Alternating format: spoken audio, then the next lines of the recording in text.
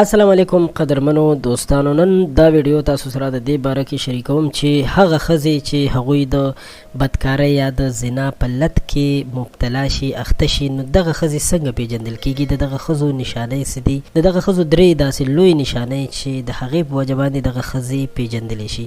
درنو دوستانو، دا ویډیو تر اخره وګورئ، تاسو ته پکې ډېر مهم او ضروري معلومات درکوم. تاسو ته معلومه ده چې نن سبا چې د موبایل دور دی، د موبایل د وجې نه ډېرې ښځې د بدکارۍ اړخ ته تللی دي او دغه لوی فساد د پښتنو په معاشره کې هم ډېر زیات خور شوی دی. قدرمنو، هغه درې کارونه، هغه درې علامات چې په یو ښځه کې ظاهر شي، نو ویل کېږي چې دغه ښځې به په بدکارۍ کې مبتلا وي. لومړی کار دا چې کومې ښځې هم د خپل خاوند خیال نه ساتي، خپل خاوند سره یو ځای نه سملي او د خپل خاوند نه یو قسم نفرت څرګندوي. کله چې خاوند کور ته راځي، نو دغه ښځې خفه کېږي، د خفګان اظهار کوي، تندی راچوي یا داسې محسوسوي چې خاوند مې کور کې نه وي، نو ښه خبره ده. او چې کله خاوند د کور نه وځي، کار پسې لاړ شي، په کار کې مصروف شي، نو دوی بیا ډېرې زیاتې خوشحاله وي. دوی بهر ته هم ځي، خپلو خپلوانو کره هم ځي، او که بازار ته وځي نو دوکاندارانو سره هم ګپ شپ لګوي، د برقې نه هم مخ ښکاره کوي او هېڅ ستر پرده نه کوي. خو د خاوند په مخ کې ډېر زیات خفه محسوسوي، ځان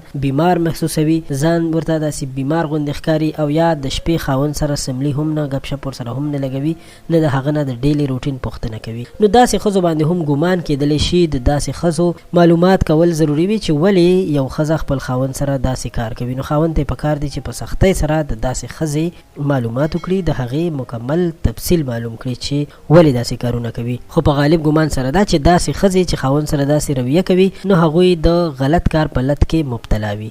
دویم قسم، دویم عادت یا دویم نشانی دا ده چې د کومو ښځو د مخ رونق ختم شي، یعنی زیات وخت بازارونو ته ځي، د چا نه هم ستر پرده نه کوي او سړو سره ګپې شپې هم لګوي. نو ظاهره خبره ده چې د موبایل نمبر هم یو بل ته ورکوي. نو خاوندانو ته پکار دی چې په کور کې پې سختي وکړي، ځکه چې کله یو ښځه داسې کار کوي، نو د هغې د مخ رونق ختم کیږي، د هغې د مخ نه هغه سرخي ځي او د هغې په مخ باندې یو قسم بدکرداري څرګندېږي. نو داسې ښځې هم د احتیاط قابلې دي، په داسې ښځو باندې هم رحم کول پکار دي، داسې ښځو ته خبرې کول پکار دي، پویول پکار دي چې د بدکارو نه، د ناروا کارونو نه ځانونه وساتي، ځکه چې بازار کې خو نن سبا شرمخان ناست دي، نو د داسې خلکو نه ځانونه ساتل پکار دي.